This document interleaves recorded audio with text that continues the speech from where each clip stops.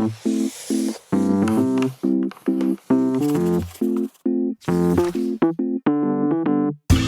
well, welcome again to today's webinar. My name is Alex, like I said a minute ago, and I'm the product manager for Aplos. And typically I do these webinars, and we do them weekly, and then we have some that we do monthly on more advanced topics. Historically, we've done some accounting type subjects, but today you're in for a treat because we're not only going over 10 things you can do to jumpstart your fundraising, but we actually have another person doing the webinar here today, Mr. Dan Kimball. And Dan has been with us for a couple months here, and he is the fundraising master. A little bit about Dan. Fundraising is a relationship business, according to him. Dan is a seasoned fundraiser with 20 years of experience in strategic fund development and nonprofit management. And he's currently developing our donor management platform to help nonprofits connect with and cultivate their donor database. So I'm going to pass the mic over to him. If you want to join the discussion as we go through this today or even afterwards, feel free to use the hashtag Aplos webinar, and that will get you in with everybody else that's attended here today or wants to talk about the subject. So that's it for me. Dan, take it away. Great. Thanks, Alex. And hope everybody's doing great today. And super excited to do this webinar. It's going to be my first of hopefully many to come. And the idea is that we can help nonprofits with your fundraising challenges and hopefully give you some good ideas along the way. So, and again, like Alex said, we're gonna we like Twitter here. So if you use Twitter and you want to get something on discussion during this or after, make sure you do hashtag Aplos webinar. And then of course there's my Twitter right there, which we'll hit at the end. So super excited and to be with you guys today. So we're going to kind of set the stage for you a little bit. Not know where everybody's coming from in terms of what size nonprofit you work for, but what I do know after 20 years of doing fundraising is that nonprofit workers and development directors and marketing experts all have the same challenges, which is we wear many hats. And as you can see in this graphic, we all have lots of balls in the air in terms of having to raise money, having to balance our time, communication and all of that. So keeping that in mind, what I want to do is not make you a list of a whole bunch of new fundraising ideas that most of you probably don't have time to do. What we're not going to do is take up, hours of your day doing, 15 brand new fundraisers. Rather, what we're going to do is we're going to look at some simple strategies that you can do to kind of maybe jumpstart your efforts for your organization or nonprofit. So again, not new fundraisers as much as new strategies. So kind of think of it like this way. Hopefully everybody can relate to about every 6,000 miles you're supposed to take your car in for a tune-up. Regardless if your car needs the work or not, it's healthy to take it in, have it checked over. And that's kind of what this is. This is a 6,000 mile tune-up for nonprofits. This will be some reminders for some of you. Maybe it's new for others of you, which is all good. It's healthy. It's a good way to do. So what we're going to cover for you today is building better relationships with your current donors. That's kind of a couple areas we're going to hit into. We're going to talk a little bit about how to prospect, approach, and secure funding and support from individuals, both person and online. Of course, in this day and age, online is a big thing. How to leverage the potential of Facebook, Twitter, and other social media. And then lastly, we're going to talk a little bit about how do you engage your board members in fundraising. And what we're going to do is if you have questions, you can certainly hit those questions in your box, and at the very end we'll see if anybody has questions and we can hit those at the end. But you can also use the Aplos webinar hashtag as well. So let's get into this. Let's talk a little bit. Donors are more important than donations. Those who make small gifts should be treated equally as important as those making large gifts. This is kind of a philosophy that I've come to really understand and believe and be excited about over the years, because of course every nonprofit wants that angel donor to walk in and write them $1 million check or $100,000 check, and of course when it does, it's exciting, but it's not always going to happen that way. So we're going to really talk about how we focus on some of those small donations and really focus on the donors. Many times we get really wrapped up in the bottom line and how much money we're raising instead of who's bringing in those money and those actual donors. So We're going to start by really keeping that in mind. And the first strategy or thing that you can do to jumpstart your fundraising, first and foremost, is to really change your way of thinking. What I've kind of learning is that a lot of nonprofits and a lot of organizations really struggle with this, what we call the tin cup mentality. If you can see in this little cartoon that I love here, is that there's this idea that as fundraisers we're just begging, we're just out on the street just begging. And what we want to do is get away from the begging mentality and more telling about your story. What's the value your nonprofit has? Think about it this way: if you took a minute and asked the question, what would my community or my area where we live, what would it be like if our nonprofit didn't exist? So think about it that way, and really start talking about the art of storytelling. What the tin cup mentality is, it's a state of mind that says, oh, we're a poor lowly charity. Give us your money because we need it, rather than talking about the value you have to the world or to your community and inviting others to celebrate your triumphs. The tin cup mentality emphasizes your neediness rather than the great work you're doing. So what we want to do is get folks away from shouting about how poor you are, because that really doesn't inspire donors. What donors look at is they look at you as an investment. So what you want to do is start inspiring confidence among your donors and philanthropists in your communities. Who are your investors? Because really nobody wants to make a bad investment. So if you kind of give that perception that you're just one step away from closing your doors, and people might not be as excited about giving to your organization. So and it also gives fundraising a kind of a bad name and bad habits. So we want to really figure out what's your story? And so this is a real important part of a good strategy, was telling your story. Having a vision is important. I think most of you have a mission statement and a vision statement, but how are you communicating your vision as it becomes even more important? And some of the best fundraisers that I know and I've come across over the years are excellent storytellers. They use personal stories about the work being done to connect with your donors. One of the great analogies I was given recently was somebody was telling me about Walt Disney and how what an amazing storyteller he was back in the day, back before we had computers and the internet, but he could sit around with a group of animators and he could talk for 2 hours describing every detail about how he wanted some of the great cartoons of his day to look like. And so he was a great visionary for Disneyland, but he was a better storyteller and a better communicator. So ask yourself, what story are we telling about my nonprofit? And it's really amazing when you start telling stories, how quickly those stories can turn into fundraising. So hopefully that's a great strategy you can look at. The second thing we're going to talk about is relationships and how much relationships matter. And of course, like we talked about in the opening, with the struggle of returning 100 emails a day and getting your Facebook updated and getting board reports done and meeting with volunteers and just the many, many things that we have to do on a daily basis as fundraisers. You want to take a minute and ask the question, when's the last time I reached out to a donor or prospect? And when I say reached out, means develop that relationship. When's the last time you've gone to coffee or lunch with one of your prospects or donors? So regardless of how much money you're trying to raise, you really need to look at the strength of building relationships, because that's really the key of what we do. It's about the relationships with those donors. I heard this saying, money goes where the relationship flows. So if you're just kind of sitting in your office and kind of hoping that money comes in, or just opening up the mail, but you're not making those phone calls and meeting with people, it's most likely that the money's not going to come in as quickly. So what I want to do is really encourage you to just take a break from what you're doing and have conversations with people.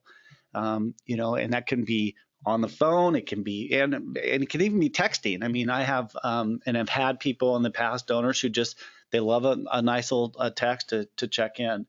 So if you're asking yourself the question, how do I go about doing this? Well, who should I reach out to? Well, the obvious is maybe new donors. Maybe in the last month you've had some checks have come through, or donation to your nonprofit or your organization, and they're brand new. Well, maybe you want to go out and have an opportunity to thank them, get to know them, find out why they gave, how they gave, what brought them to your organization. Of course, longtime donors, sometimes we sometimes forget about them. We just get so used to their monthly or annual checks coming in, that when's the last time you took a longtime donor to lunch or coffee. And of course, board members and key volunteers are also a great way to start building relationships. But the idea is it doesn't have to take up 50 hours of your week, but it should take up some of your week. So I really encourage you to get out there, and start building and focusing on those relationships.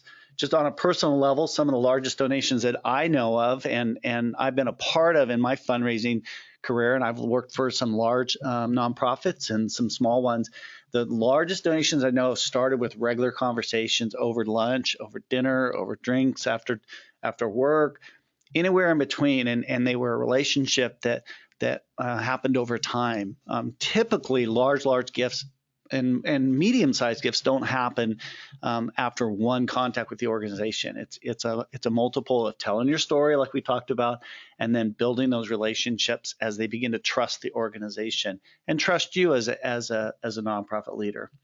There's a fabulous book I'd encourage you to look up following this webinar, it's called Lunch. Let's Have Lunch Together by Marshall Howard, and it's a great way about talking about how to reach out and build powerful relationships. And if that's something that maybe you're a good administrator, but you're not so comfortable talking to people, Let's Have Lunch Together will give you some great tips and strategies to start building relationships with those people that matter in your organization. So hopefully that's helpful. And again, along the way, if you have other ideas or thoughts or feedback to this webinar, make sure you use the hashtag Aplos webinar along the way. So the next strategy we'll talk about, how to kind of kickstart and jumpstart your fundraising this year is it's kind of a basic, but it's also a real important one, is review your database. No matter what database you use, you could be a real simple spreadsheet kind of organization, or you might have software.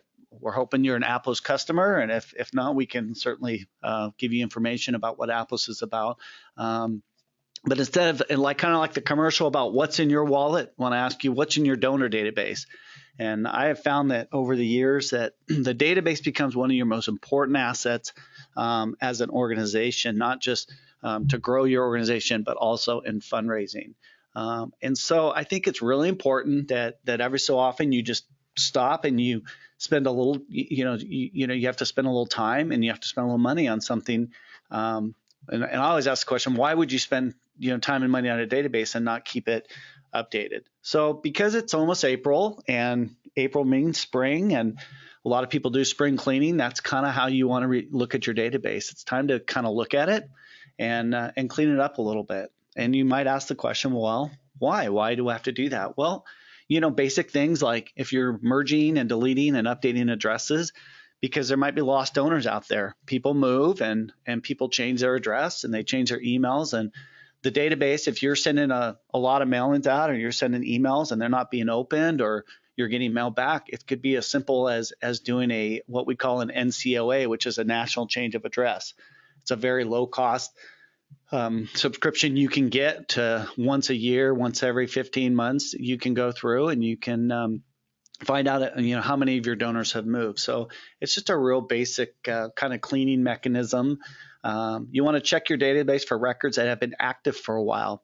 That doesn't necessarily mean that you have to delete them.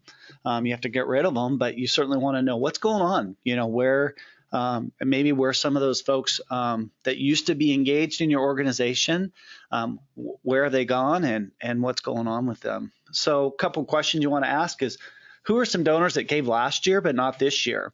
And how do we contact them? So again, run a basic report in your database, but look at some of your giving last year, and let's going back to Let's Having Lunch. Maybe you want to call a couple of those lapsed donors and check in on them, see how it's going. And it doesn't have to be just for the money, but just begin because it's about the relationship. So continuing on with the donor database cleanup, ask the question, which donors have given given more or less? It could be either way this year compared to last year.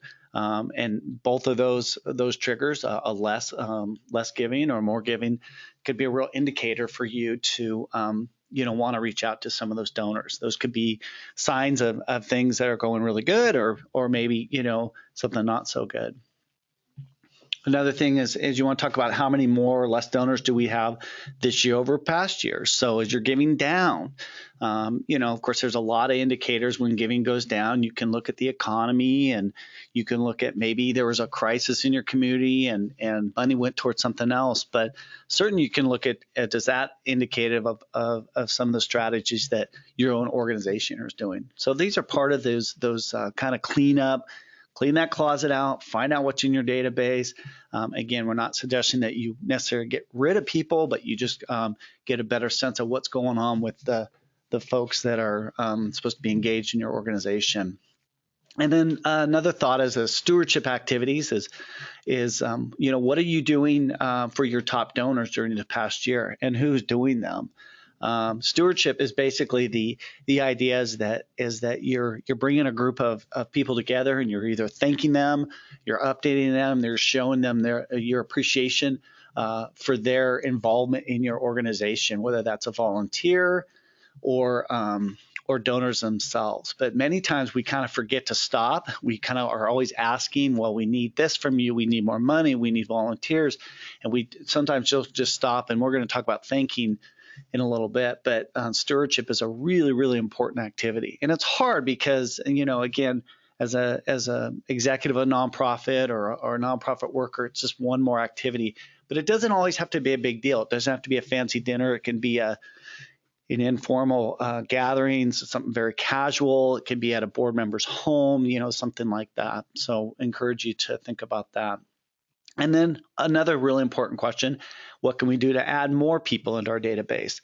Are you capturing information when you do events? One of the triggers for me when I go to events and I participate is I can go and I can participate in an event, and somebody will never ask me for my contact information, even as simple as an email.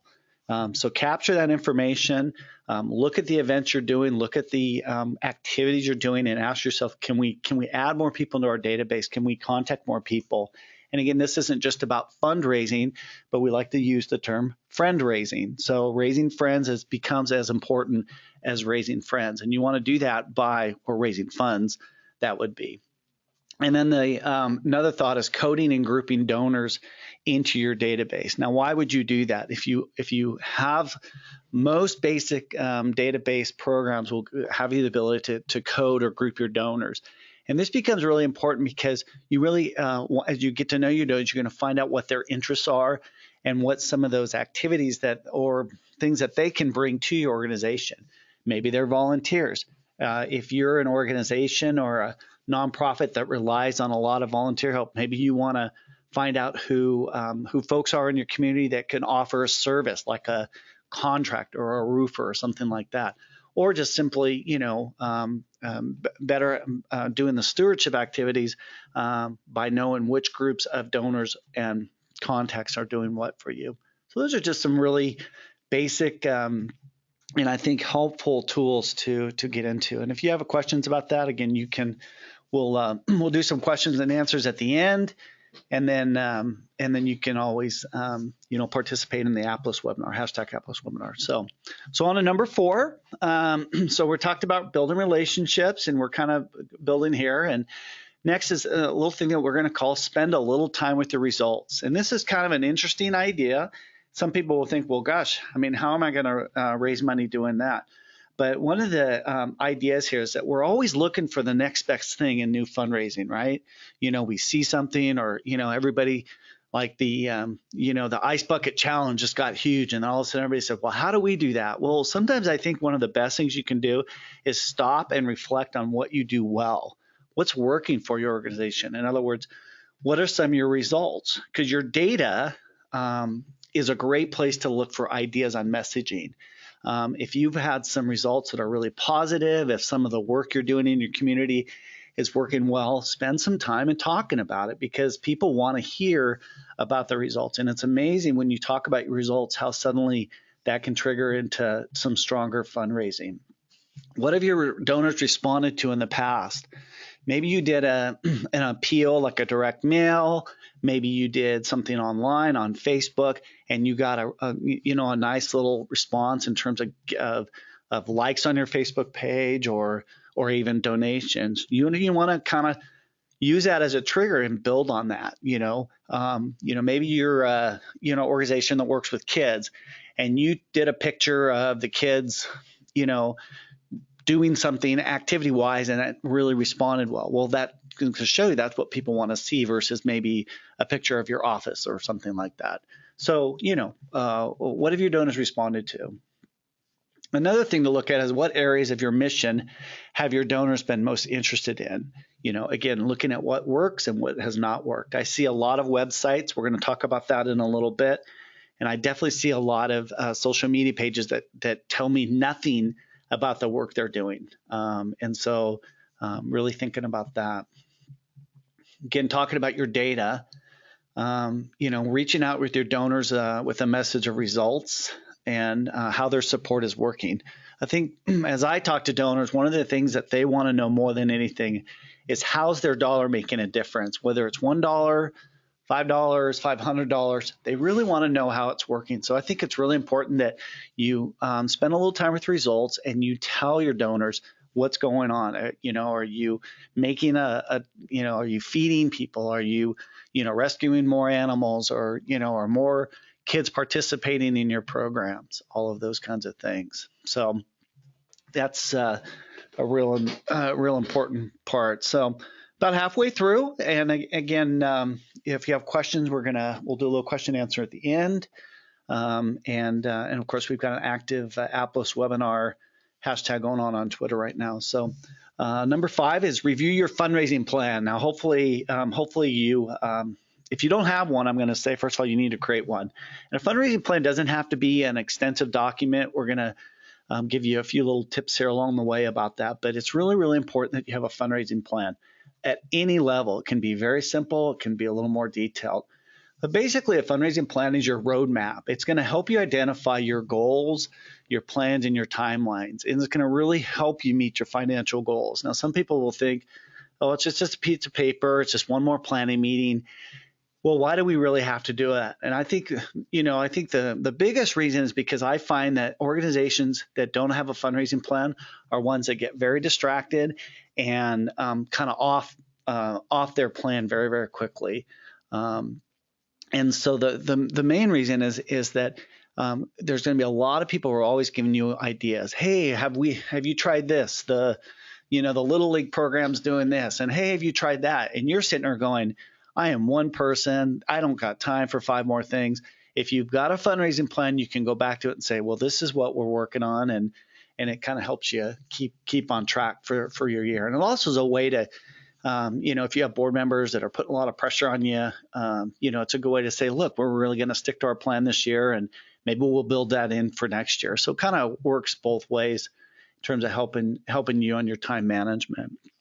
So there's a number of ways you can, you can approach your fundraising plan. The first is that obviously we talked about it. It keeps you focused.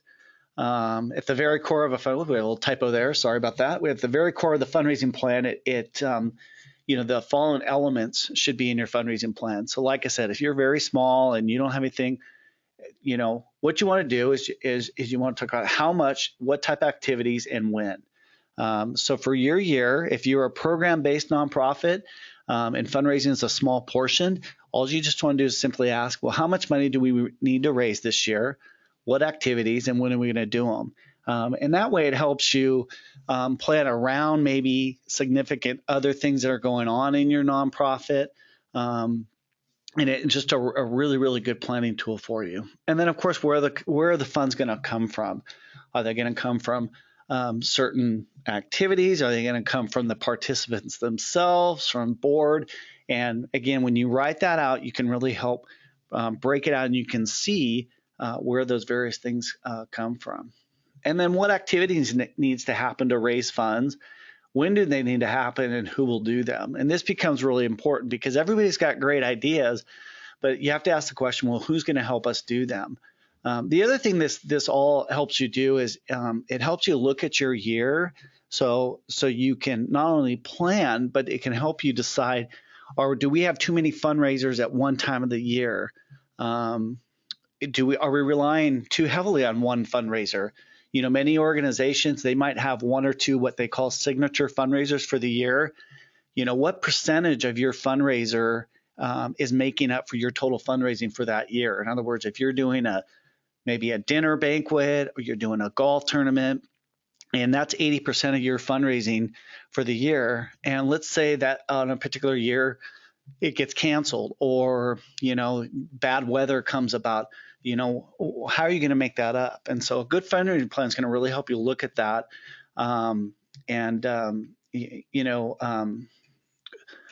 just help you with your strategy.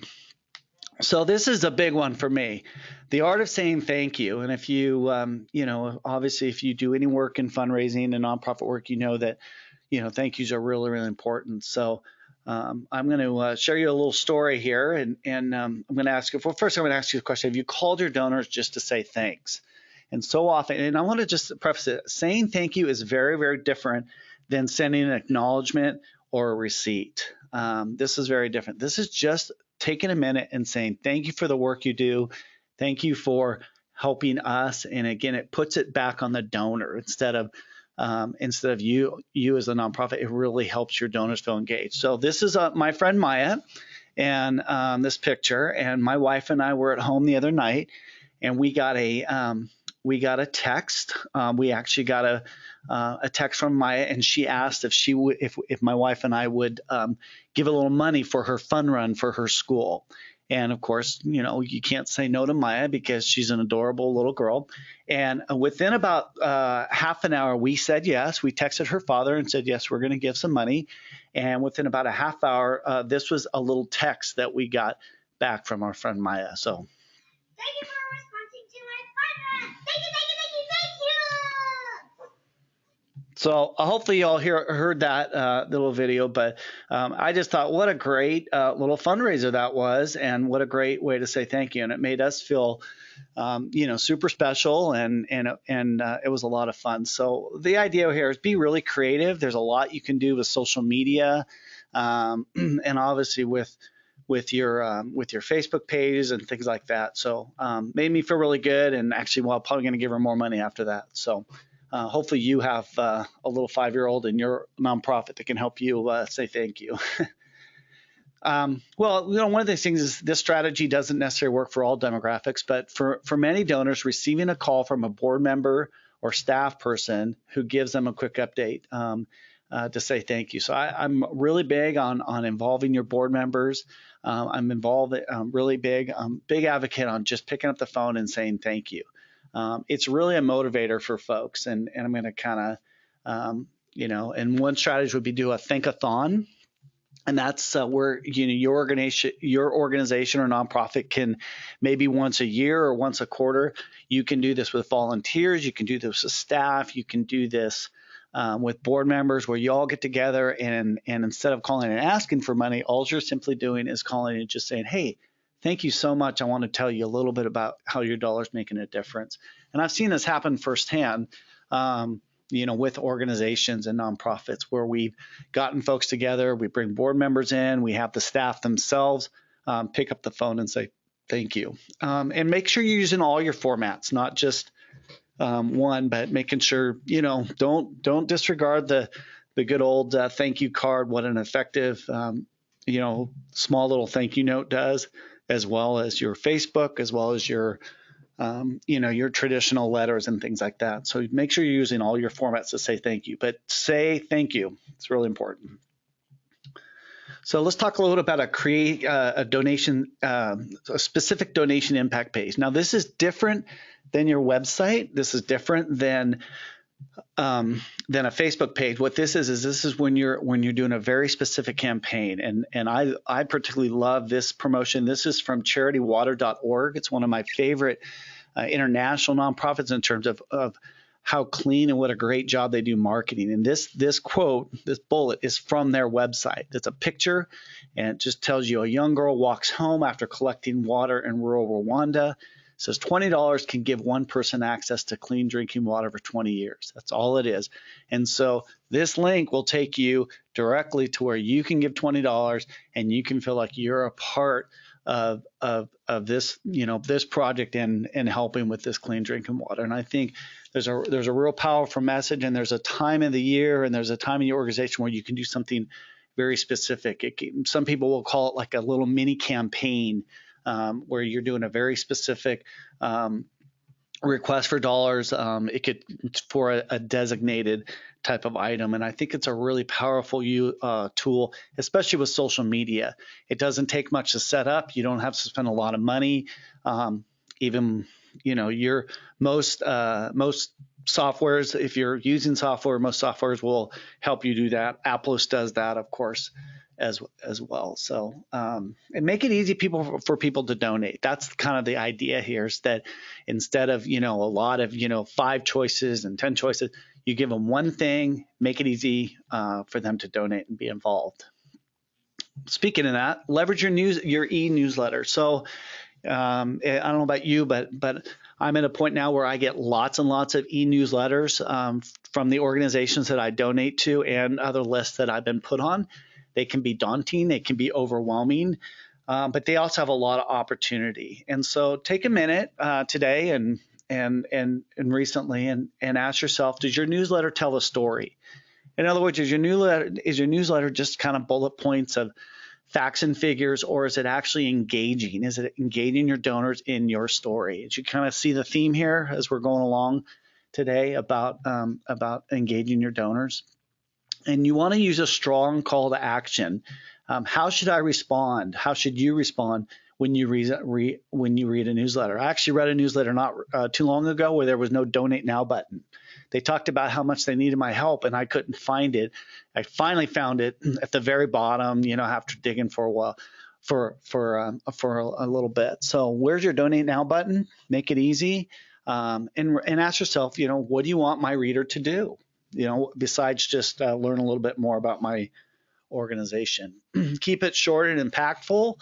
The upside of e-newsletters is that they're really easy and really expensive to produce. You can put them out weekly, biweekly, monthly, but I think sometimes they get a little too long. If you want people to click 10, 15, 20 times, you might have to say, let's shorten it up.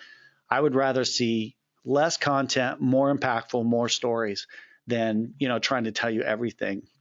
You can, if you engage your donors, you can actually tell a story over time, to be continued type of thing. So it's a good way. Another way to help with funding in your newsletter is suggest a donation amount and frequency. Instead of just saying give now, maybe when they hit that donate now button and they go there, you say, right on there, you might say suggest $10 a month for a year, $25 a month, and put right in there what that might do and kind of help people along a little bit.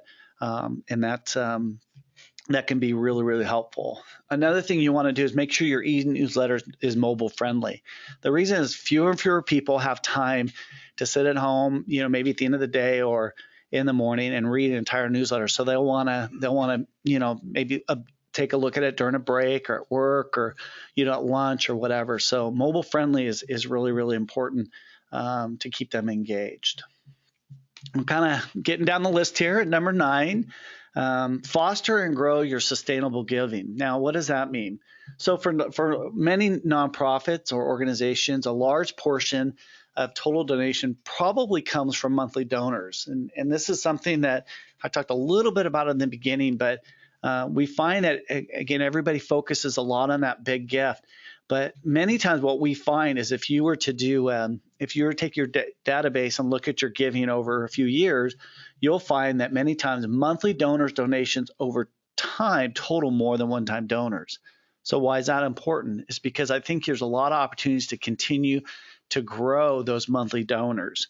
And again, that's why we do things like the thank you and call in and things like that. So what I encourage you to do is consider asking donors or supporters of your organization to give a smaller sum each month instead of a large one-time amount. So maybe instead of, hey, can you do 10,000? Maybe you want to do $100 a month for 12 months. And then what you do is you kind of guarantee that they'll stay engaged in your organization. I'd love to know out there if that's working for you or if that's helpful. And again, we have this hashtag Aplos webinar And so if you've got thoughts about that, we'd love to hear if that's working for you.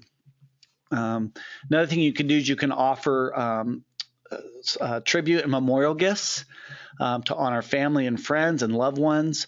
Of course, the most common type of tribute gift is usually when someone passes away, and a gift in honor or memory goes to an organization. But another thing that you can do with your sustainable giving is give people the option to give during other significant times. Maybe there's a couple that are engaged in your organization and it's their 50th wedding anniversary. You want to encourage people, well, let's give in honor of them, or in memory of presents for a birthday or an anniversary. You can give to an organization. Your sustainable monthly giving can be a really powerful thing, because it's an opportunity for you to really gain friends over a long period of time in that relationship that we talked about. And then as you grow your sustainable giving program, you can then start to segment your donors, potential donors and supporters into groups for future fundraising.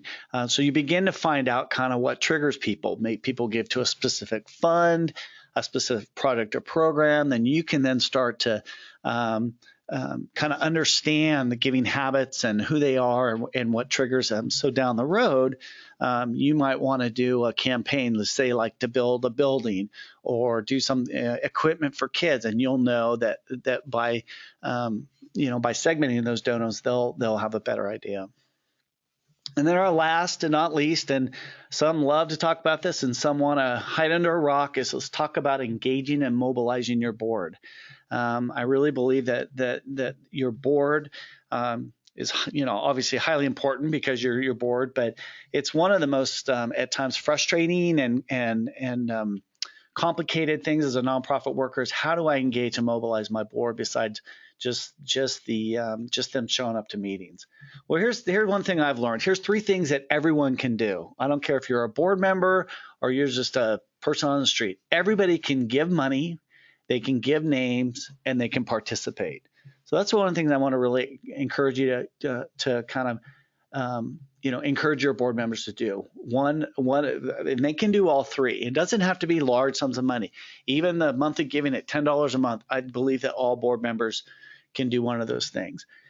One of the things that we find in fundraising is that if your board gives, they will be more likely to find it easier to ask others to get involved. So ask yourself your own question. If you're giving to something and you go out and try to raise support for that thing, it's a lot easier if you're already involved. They're more excited, they're more engaged, they're more committed. So you really want to encourage your board to be giving. And donors themselves many times want to know if you have 100% board giving. You don't have to share how much they're giving, but the fact is if 100% of your board is giving, it's going to send a powerful message to the people who you're asking to get involved in your organization. So really want to encourage you to if you are working with a team and you have an executive director, obviously this is a discussion you want to have as a staff, and really want to encourage whoever has that contact with that board.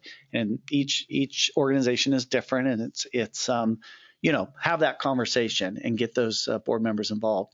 But also give your board the proper training and materials to help raise money. Many board members come on the board and they just don't know how. It's not that they don't want to, they don't know how. So there's lots and lots of tips out there. There's trainings. I can lead you to some websites.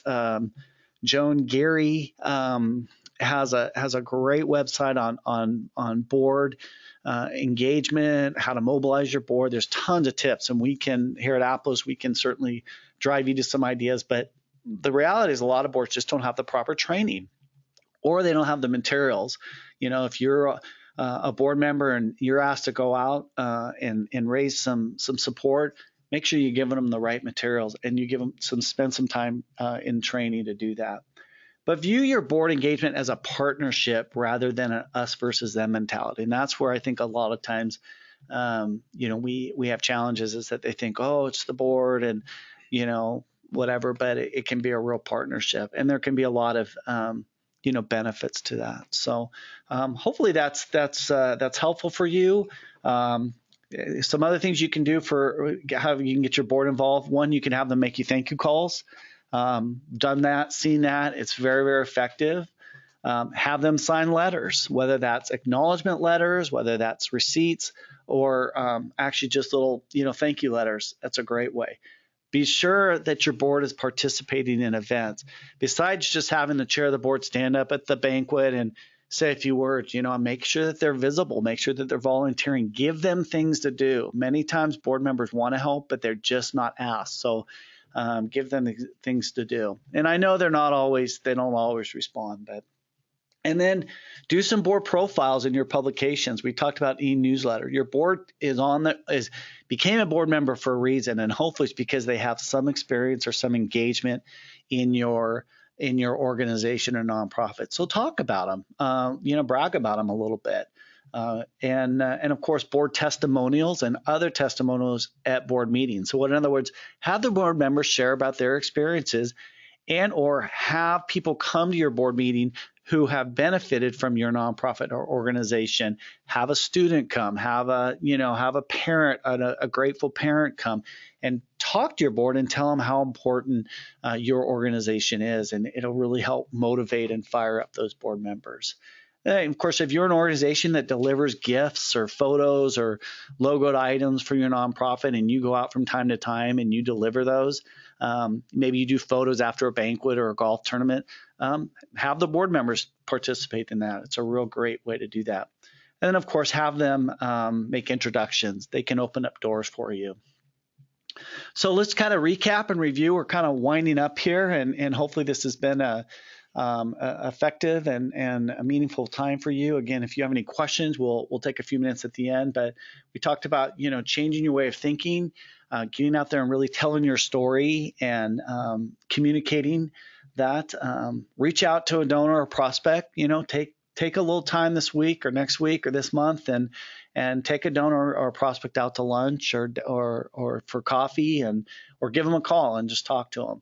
Make sure you're cleaning up your database, spend a little time with the results. What are you doing well, and continue on with that. Review your fundraising plan or do a fundraising plan, and we can certainly help you with that here at Aplos. Or there's lots of resources out there, books, internet, that kind of stuff. Be sure you're saying thank you. Create a donation impact page. Leverage your e-newsletter, foster and grow your giving, and then finally engage your board. So that's how we're going to close here a little bit. We're going to, I think Alex is going to come and see if we have any questions here. One thing that I want to do kind of in closing, I do want to say a couple things. First of all, I want to say that if you're a small shop and you feel kind of overwhelmed by the aspect of your job, don't look at this like as I got to do all 10 kind of thing. Take one or two items from this list or just one thing and maybe kind of try one or two things or just tweak something that you're already doing. Nonprofit work and fundraising can be daunting at times, but I also find it to be one of the most rewarding experiences you can have because you're really, most of you are out there because you're trying to change something for the good and you're doing great work, and we want to encourage you to keep doing that. So the idea here is that there's no one end-all solution. Fundraising is kind of one of those kind of funny things is that, you're always kind of taking people's ideas and trying to make them better. But there's some really good strategies that I think if you stop and reflect, it can really help your organization grow and especially grow your fundraising. So with that, see if there's any questions. I'm just going to barge back in. Yeah, thanks, Dan. And if you guys have been around for a while, you know that I can ramble on for hours about accounting stuff, but Dan truly is the master of this fundraising thing. So we're going to pause for just a couple of minutes here and let you submit any questions. Now, we have about 10 minutes left in the time allotted for today. So tell you what, we're going to do just a few questions here, and we'll get back to those here in just a second. But if you have any follow-up questions that we don't get answered, again, feel free to reach out using the hashtag #AplosWebinar, or you can see Dan's contact information right there, dan.kimball@aplos.com or @fugitive with an A, DMK. Okay, going to pause for just a minute and we'll be right back. Okay, so we're back. Got a few questions. Got many questions about whether or not this is this webinar will be available on recording and for future use, and the answer is yes. So that's going to be in our Aplos Academy. off the Aplos website. So I got a number of questions on that. So you can, thank you, by the way. Some of you said that this was helpful, and we're glad that that is. So you can certainly share this with some board members or some of your staff, and happy to do that. One question about using social media. And you're a government agency and not able to use social media during work hours. I'm not quite sure if you're meaning for the nonprofit that you work for, or you're like a volunteer and you're, kind of thing. So the best thing I would just encourage you to do is talk with, immediate supervisors or decision makers in that. Somebody asked about needing some help with accessing donors. And so again, a question like that, I would encourage you to email me at dan.kimball@Aplos privately, and we can talk about that. Somebody asked for a sample fundraising plan. Yes, I would be happy to provide a fundraising plan for you personally, or I think we can do that on the Aplos Academy. So if you'll send me a quick email, and I'll put that up on but that's certainly something we can provide for you. How can the Aplos donor software be used to its greatest advantage? Well, of course, if you're a nonprofit that just real quick, Aplos, we have kind of our two main features is we have an accounting product. So we can help you with your accounting of your dollars for your nonprofit. We can also help you with your donor management. And I would encourage you to just send us a quick note for that. Those are kind of the main ones. Again, if I missed a question here, just utilize the Dan.Kimball or the Twitter feed. Actually, private email on the questions would be better than Twitter. But if you have any other feedback, positive on the about this webinar, give us a hashtag at Aplos Webinar. And again, just want to thank you for taking time, and good luck. And we'll have some more topics out for you really, really soon. So with that, have a great day, and we'll talk to you out there soon.